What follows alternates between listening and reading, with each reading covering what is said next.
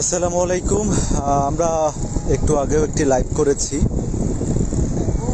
যে লাইভটিতে ওইভাবে বোঝানোর কারণে লাইভটি করছি।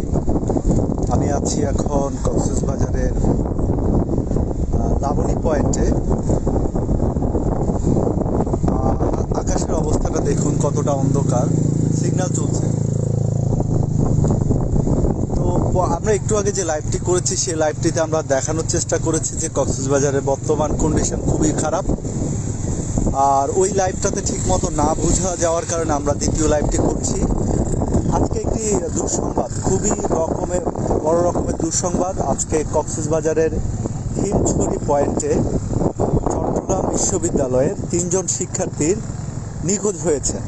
এর মাঝে 2 জন শিক্ষার্থী সাগরের অতল গর্ভে হারিয়ে গিয়েছেন, একজনের মৃতদেহ পাওয়া গিয়েছে। টোটাল 4 জন সাগরে নেমেছিল, এর মাঝে 3 জন নিখোঁজ হয়েছিল। এরপর কক্সবাজারের লোকাল জেলেদের মাধ্যমে একজনের লাশ উদ্ধার করা হয়েছে, বাকি 2 জন এখনও নিখোঁজ। সাগরের মাঝে কেউ যদি হারিয়ে যায়, অনেকক্ষণ যদি না পাওয়া যায়, এর মানে হলো ওরও মৃত্যু হয়েছে। যদিও লাশ না পাওয়া যাওয়ার কারণে কর্তৃপক্ষ এখনও ডিক্লেয়ার দেয়নি।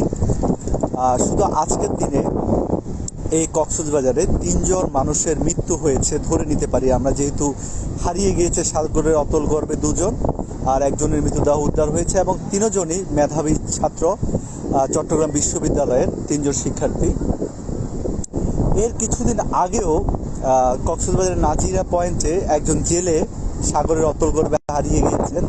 তার কিছুদিন আগে কক্সবাজারে বাবা এবং ছেলে দুজনেই সাগরের অতল গর্ভে হারিয়ে গেছে। আমি এই বিষয়গুলো কেন বলছি, এটা এজন্যই বলছি যে আপনারা যারা কক্সবাজার আসবেন সবসময় ওয়েদার দেখে আসবেন। আর কক্সবাজারের প্রত্যেকটা পয়েন্ট সাগরের বিশাল বিচ, পৃথিবীর সবচেয়ে বড় সমুদ্র সৈকত, এর মানেই না যে সব জায়গাতে কক্সবাজারের সব সাগরের প্রত্যেকটা স্থানে নামা যায় না। এটা অনেক পর্যটকরা জানে না। কিছু স্থান আছে সেটা নিরাপদ, কিছু স্থান আছে সেটা খুবই ভয়ঙ্কর, এবং কি কিছু স্থান আছে এখানে টুরিস্ট পুলিশ থাকে, তারপর লাইফ গার্ড থাকে।